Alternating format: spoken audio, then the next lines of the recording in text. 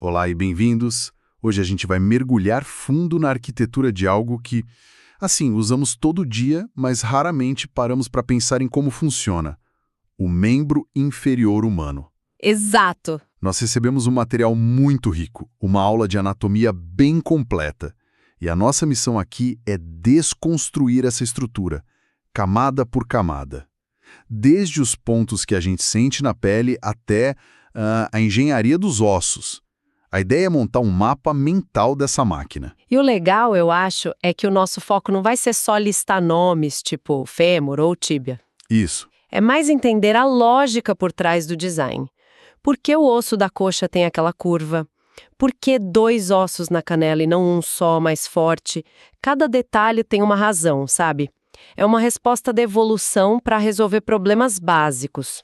Que seriam como se mover. Exato, como se mover, como manter o equilíbrio em 2 pés e, claro, como suportar o peso do corpo todo sem desmoronar. É uma história contada em ossos, então.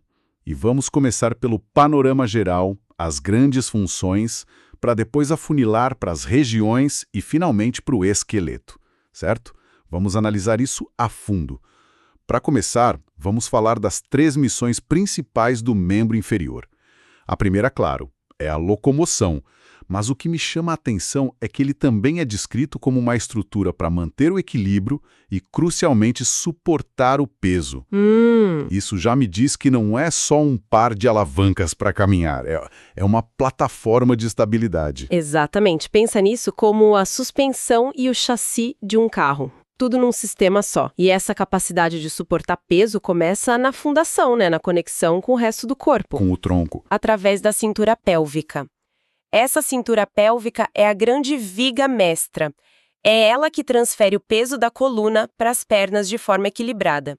Sem essa ponte, a gente seria incrivelmente instável. Uma viga mestra, gostei da imagem. E seguindo essa linha, o membro inferior se divide em 4 partes, né? A região glútea, a coxa, a perna, que é entre o joelho e o tornozelo, e o pé. Exato. Acho que um bom jeito de começar é pelo que está na superfície, o que a gente consegue tocar. Por exemplo, o sulco glúteo. Sim, é um bom ponto de partida. O sulco glúteo é simplesmente aquela dobra na base da nádega, né? Mas tem outros marcos de superfície que são bem mais reveladores sobre o osso que está por baixo. Tipo o quê? Tenta sentir a lateral do seu quadril. Essa parte dura, essa proeminência óssea. Ah, sim. Tesco. Agora vai para frente mais ou menos na linha do cinto. Você deve sentir uma outra ponta de osso. Sim, consigo sentir perfeitamente. É bem pontudo aqui. Essa é a espinha ilíaca antero-superior. E assim, esses não são só ossos salientes, sabe?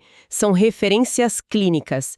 Médicos e fisioterapeutas usam esses pontos para tudo. Para medir, para aplicar injeções. Para saber onde as coisas estão. Exatamente. São como pinos num mapa, que nos dão um vislumbre do esqueleto sem precisar de um raio-x. Isso muda tudo. E já que a gente está falando do esqueleto, vamos mergulhar nele. A base é o osso do quadril. E aqui tem um detalhe fascinante. Ele não é uma peça única desde o início. Não mesmo. Ele é o resultado da fusão de 3 ossos: o ilho, o isquio e o pubis. E quando que isso se funde? Essa fusão acontece principalmente durante a adolescência. Ela termina lá pelos 20, 25 anos. Quando a gente nasce, esses ossos são separados por cartilagem para permitir o crescimento. Depois, essa fusão cria uma estrutura incrivelmente sólida. O osso pélvico. Isso, que precisa ser rígido na vida adulta para suportar cargas imensas. E nesse osso tem o soquete, o acetábulo, onde se encaixa o fêmur, o osso mais longo do corpo. A gente pensa nele como um pilar reto, né? Mas ele não desce reto. Não. Ele corre num ângulo para dentro. E a minha primeira reação é pensar que isso deixaria tudo mais instável. Por que esse ângulo? Essa é a pergunta de ouro da biomecânica. Sua intuição não está errada. Um pilar reto parece mais estável. Mas nós não somos estátuas, a gente anda. Certo. Se os fêmures descessem retos, na vertical, nossos joelhos e pés ficariam muito afastados, fora do nosso centro de gravidade.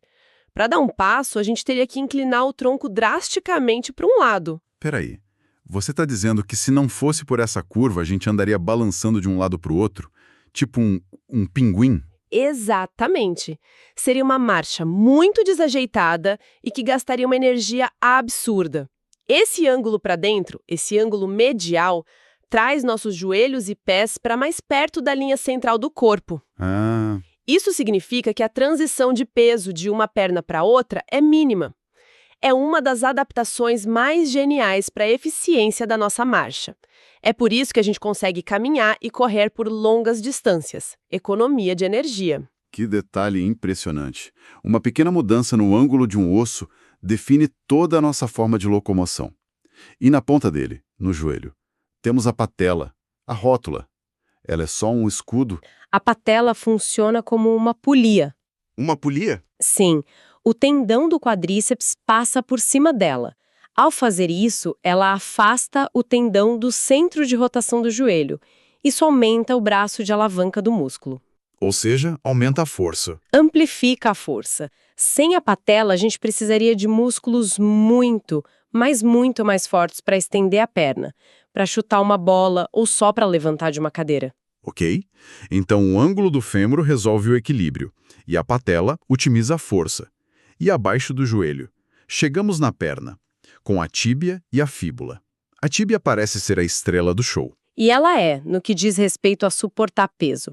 A tíbia é o osso da canela, o segundo maior do corpo, é a coluna de sustentação que leva quase todo o peso até o tornozelo. E a fíbula?